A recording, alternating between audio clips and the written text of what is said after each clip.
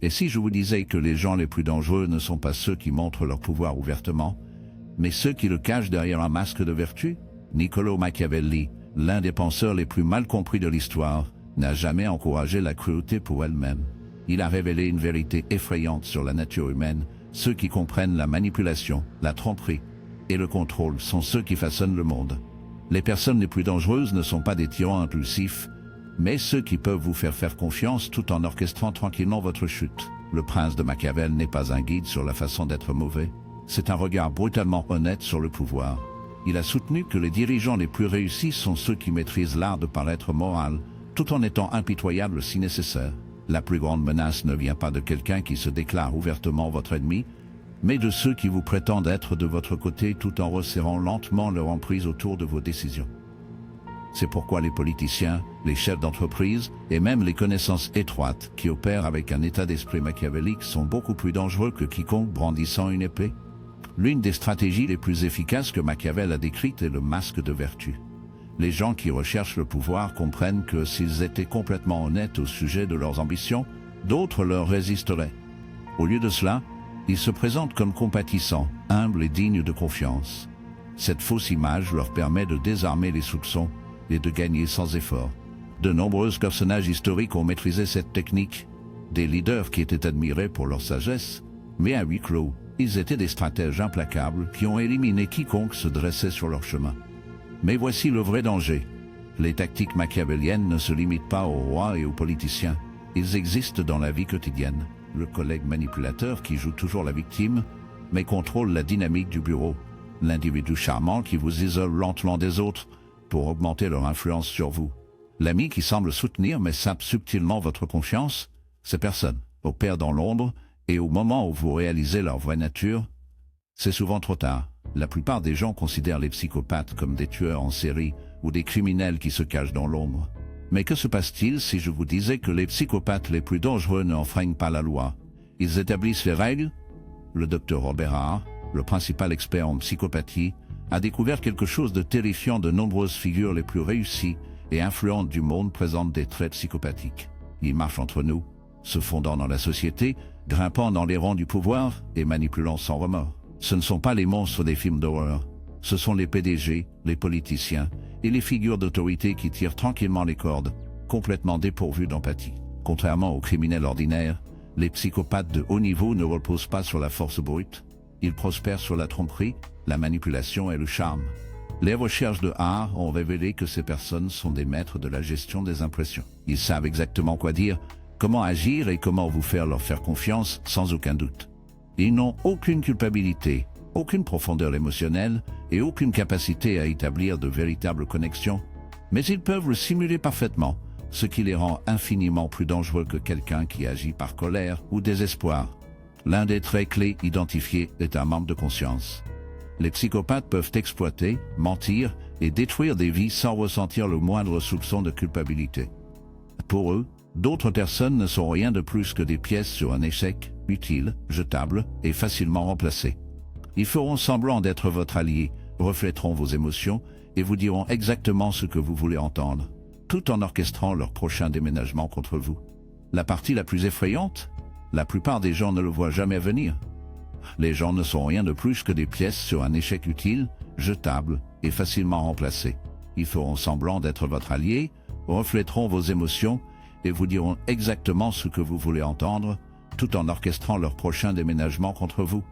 La partie la plus effrayante, la plupart des gens ne le voient jamais venir. Alors, comment faites-vous la différence entre un psychopathe de haut niveau et quelqu'un qui est tout simplement ambitieux? La réponse réside dans les modèles de comportement. Un manipulateur peut tromper pour un gain personnel, mais un psychopathe le fait compulsivement, sans hésitation ni deuxième pensée. Ils sont incapables de remords, et leur charisme est une illusion bien répétée. Ils ne veulent pas seulement du succès, ils veulent le contrôle.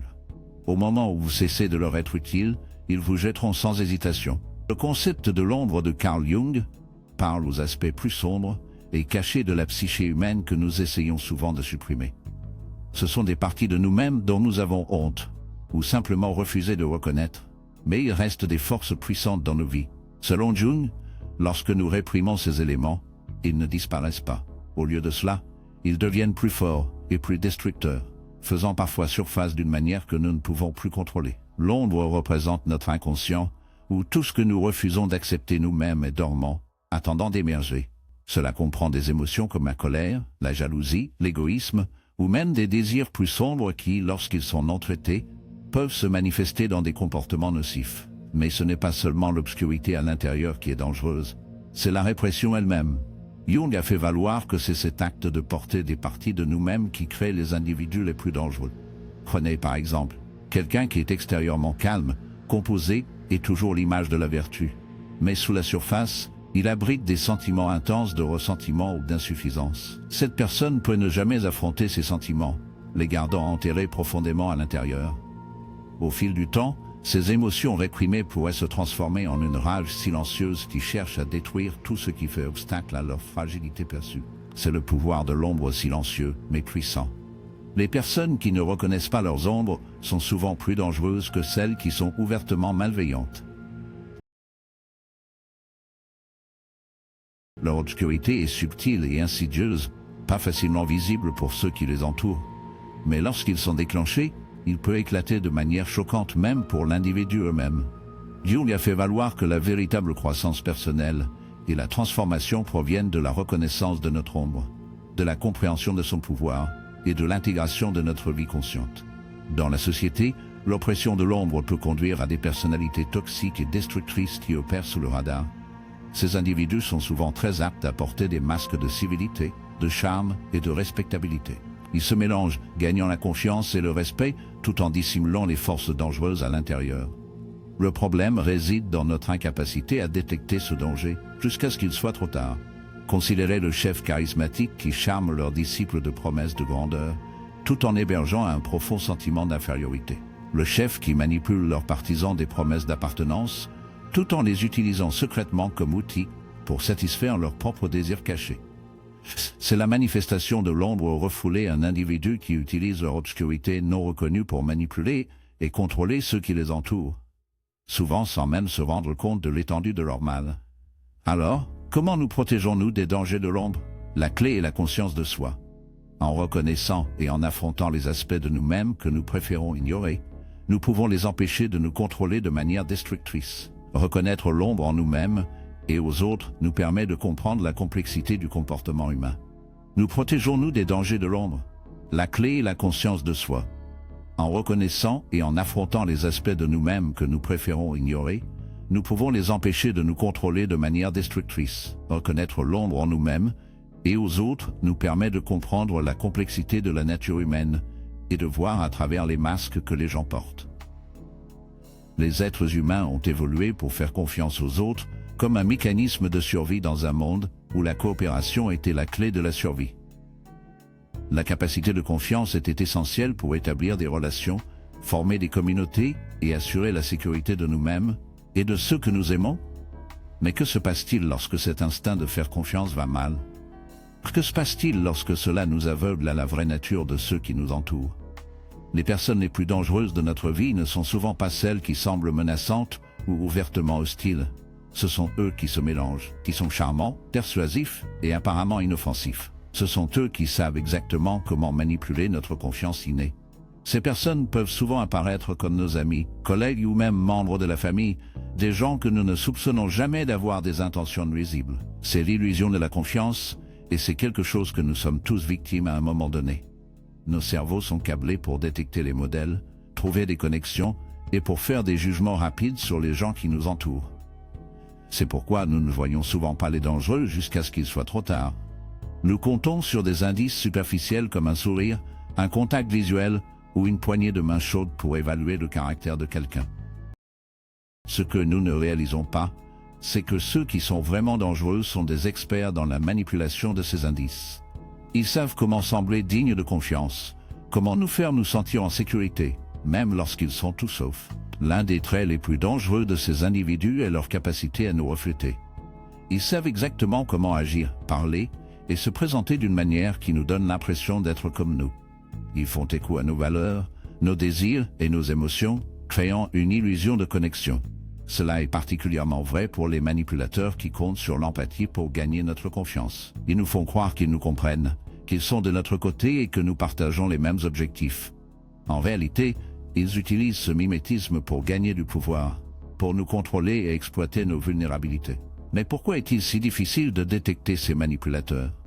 Une partie de la raison réside dans notre tendance naturelle à donner aux gens le bénéfice du doute. Nous voulons croire le meilleur des autres, les voir comme authentiques et gentils. Nous voulons croire que les gens sont intrinsèquement bons, qu'ils partagent nos valeurs et nos désirs de connexion. Ce biais positif nous aveugle à la possibilité que quelqu'un puisse nous utiliser pour son propre gain. Il est plus facile de faire confiance que de remettre en question, de croire que de douter. Cela nous rend vulnérables aux individus mêmes qui savent profiter de nos angles morts. De plus, les manipulateurs utilisent souvent des tactiques psychologiques subtiles pour maintenir l'illusion de la confiance. L'une des méthodes les plus efficaces est l'éclairage du gaz, nous faisant remettre en question nos propres perceptions et jugements. En plantant des graines de doute et en nous déroutant, ils créent un environnement où leur version de la réalité devient le seul à qui nous avons confiance. Cela leur permet de contrôler le récit et de nous garder accrochés dans leur réseau de tromperie. Le danger de ne pas reconnaître ces individus réside non seulement dans le préjudice qu'ils causent aux autres, mais aussi dans les dommages à long terme. Leur version de la réalité devient le seul en qui nous avons confiance. Cela leur permet de contrôler le récit et de nous garder accrochés dans leur réseau de tromperie. Le danger de ne pas reconnaître ces individus réside non seulement dans le mal qu'ils causent aux autres, mais aussi dans les dommages à long terme qu'ils peuvent faire à notre propre sens de soi. Être isolé peut éroder notre confiance en nous, déformer notre vision du monde et nous laisser nous sentir perdus et désorientés. C'est un processus lent et insidieux qui passe souvent inaperçu jusqu'à ce que les dommages soient causés. Alors, comment nous protégeons-nous de cette illusion de confiance? La première étape consiste à rester sceptiques, non pas des gens, mais de nos propres hypothèses. Nous devons reconnaître que la confiance est quelque chose qui doit être gagné, pas librement donné, pas librement donné. Au lieu de compter sur des indices superficiels, nous devons regarder plus profondément, observer les actions au fil du temps, remarquer des incohérences dans les mots et le comportement, et faire confiance à nos instincts quand quelque chose se sent éteint. De plus, nous devons comprendre le pouvoir des limites, fixer des frontières émotionnelles, mentales et sociales claires, que d'agir comme une sauvegarde contre la manipulation. En comprenant nos propres besoins et valeurs, nous pouvons mieux nous protéger de ceux qui cherchent à les exploiter. En fin de compte, la confiance est un outil, pas une donnée, que nous devons exercer avec prudence, discernement et sagesse. Après avoir exploré la nature du pouvoir, la manipulation et l'obscurité cachée à l'intérieur, vous pourriez vous demander: suis-je en danger? La vérité est que nous le sommes tous. Le monde est rempli d'individus qui sont maîtres du déguisement, qui cachent leurs véritables intentions derrière des façades soigneusement construites. Mais la bonne nouvelle est qu'il existe des moyens de vous protéger, de rester vigilant et de vous protéger des influences subtiles des personnes dangereuses. La première étape pour vous protéger est de reconnaître les signes. Les individus manipulateurs ne se présentent pas toujours comme ouvertement malveillants. Souvent, ils sont charmants, charismatiques et convaincants. Mais il existe des drapeaux rouges clés qui peuvent vous aider à repérer quelqu'un qui peut essayer de vous contrôler ou de vous exploiter. L'un des traits les plus courants est un besoin écrasant de contrôle. Les manipulateurs tentent souvent de dominer les conversations, de dicter votre comportement et de vous imposer leur volonté de manière subtile mais puissante. Ils peuvent commencer par faire de petites demandes, dégénérant progressivement leurs demandes jusqu'à ce que vous vous retrouviez pris dans un cycle de conformité. Une autre caractéristique des personnes dangereuses est leur capacité à créer une dépendance. Ils vous isolent souvent des autres, vous faisant sentir comme si vous en avez besoin pour survivre ou réussir. Ils peuvent vous nourrir des compliments et des promesses de soutien, seulement pour utiliser plus tard ces mêmes promesses pour vous piéger. Au fil du temps, ils construisent un sentiment de dépendance difficile à briser, vous faisant souvent vous sentir coupable ou redevable lorsque vous essayez de vous éloigner d'eux. C'est là que la compréhension de la dynamique de la manipulation devient cruciale. Reconnaître les crochets émotionnels qu'ils utilisent pour vous lier à leur volonté. Mais ce n'est pas seulement le contrôle ou la manipulation manifeste qui est dangereux. Souvent, les personnes les plus dangereuses sont celles qui s'attaquent à vos faiblesses et vulnérabilités sans que vous vous en rendiez compte. Ils sont très à l'écoute de vos émotions, de vos désirs et de vos insécurités, et ils utilisent ces connaissances à leur avantage. Ils pourraient vous offrir exactement ce que vous voulez, un sentiment de validation, d'appartenance ou de succès, mais seulement en échange de quelque chose de beaucoup plus insidieux: votre autonomie, votre confiance ou votre boussole morale. Plus ils donnent, plus vous devenez endetté et plus vous êtes subtilement contraint de faire des choses que vous n'auriez jamais pu faire autrement. La clé de validation, d'appartenance ou de succès, mais uniquement en échange de quelque chose de beaucoup plus insidieux, votre autonomie, votre confiance ou votre boussole morale. Plus il donne, plus vous devenez endetté, et plus vous êtes subtilement contraint de faire des choses que vous n'auriez jamais pu faire autrement. La clé pour vous protéger de ces personnes est de renforcer la résilience. Il s'agit de renforcer votre sens de soi afin que vous puissiez repérer la manipulation avant de prendre racine. Cela commence par comprendre vos propres valeurs, limites et besoins. Plus votre conscience de soi est forte, moins vous êtes susceptible de tomber la proie de ceux qui cherchent à vous exploiter. Savoir ce que vous représentez, ce que vous allez et ne tolérerez pas, c'est la première ligne de défense. Lorsque vous avez un sentiment d'identité clair, vous êtes moins susceptible d'être influencé par les autres, en particulier ceux qui s'attaquent à vos doutes ou à vos insécurités. Il est tout aussi important de cultiver un réseau de personnes de confiance qui peuvent fournir un soutien et une perspective.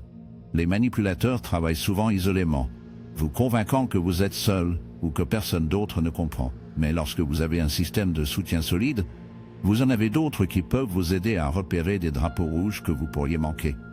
Ils peuvent fournir une perspective extérieure lorsque votre jugement s'introduisait, et ils peuvent vous aider à prendre des décisions en fonction de la clarté, et non de la manipulation émotionnelle. La prochaine étape pour vous protéger est d'apprendre à faire confiance à votre instinct. Les sentiments intestinaux sont souvent plus précis que nous ne leur en donnons le crédit. Si quelque chose se sent éteint, cela vaut la peine de prêter attention à ce sentiment. Les manipulateurs sont qualifiés pour créer de la confusion, nous faisant remettre en question nos propres perceptions et jugements. Mais en apprenant à faire confiance à votre propre voix intérieure, vous pouvez commencer à voir à travers la fumée et les miroirs qu'ils utilisent pour cacher leurs véritables intentions. Enfin, il est essentiel de pratiquer le détachement émotionnel. Les gens manipulateurs prospèrent souvent sur la création du chaos émotionnel, en utilisant la culpabilité, la peur et l'anxiété pour contrôler leurs victimes. En cultivant la résilience émotionnelle et en apprenant à ne pas être influencé par leurs tactiques, vous pouvez maintenir un sentiment de calme et de clarté face à la manipulation. Cela ne signifie pas devenir froid ou indifférent, mais plutôt apprendre à gérer vos émotions afin qu'ils ne deviennent pas des outils pour l'agenda de quelqu'un d'autre. La protection signifie également savoir quand s'éloigner. Dans de nombreux cas, la défense la plus efficace refuse simplement de s'engager. Fixer des limites fermes et dire non si nécessaire est un outil puissant contre la manipulation. Cela peut sembler inconfortable au début, surtout si vous avez affaire à quelqu'un qui est charmant ou persuasif. Mais rappelez-vous, la capacité de s'éloigner est l'une des formes les plus fortes de légitime défense que vous puissiez avoir. Il protège non seulement votre tranquillité d'esprit, mais votre sens même de soi. Si cette vidéo vous a fait repenser les gens qui vous entourent, et si vous allez trouver de la valeur dans ces idées, n'oubliez pas de frapper ce bouton like et d'abonnez-vous au Miroir de l'Être. Nous plongeons dans des sujets qui défient la façon dont vous voyez le monde et vous aidons à y naviguer plus sagement. N'oubliez pas que les personnes les plus dangereuses ne montrent souvent pas leur vraie couleur jusqu'à ce qu'il soit trop tard. Mais avec sensibilisation, vous pouvez vous protéger et garder une longueur d'avance. Assurez-vous donc de rester à l'écoute pour un contenu quotidien qui vous fera réfléchir profondément et vivre intentionnellement. Frappez la cloche de notification pour ne jamais manquer un épisode. Restez conscient, restez vif et comme toujours, reflétez profondément.